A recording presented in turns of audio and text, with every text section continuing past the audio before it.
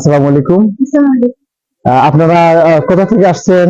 আমরা আসছি রূপসী থেকে। আমরা রাজশাহীতে আসছি, কিছু জায়গা দেখতে আমাদের কি ভালো লাগছে। এই মিউজিয়ামে আসছি, তারপরে সাপুর দেখেছি, বাগা মসজিদ দেখেছি, ওইটা ভালো লাগে। আজকে এখন ফ্যাক্টরি যাব, দেখবো কিরকম প্রোডাকশন হয়েছে। এখানে কেমন লাগলো আপনাদের?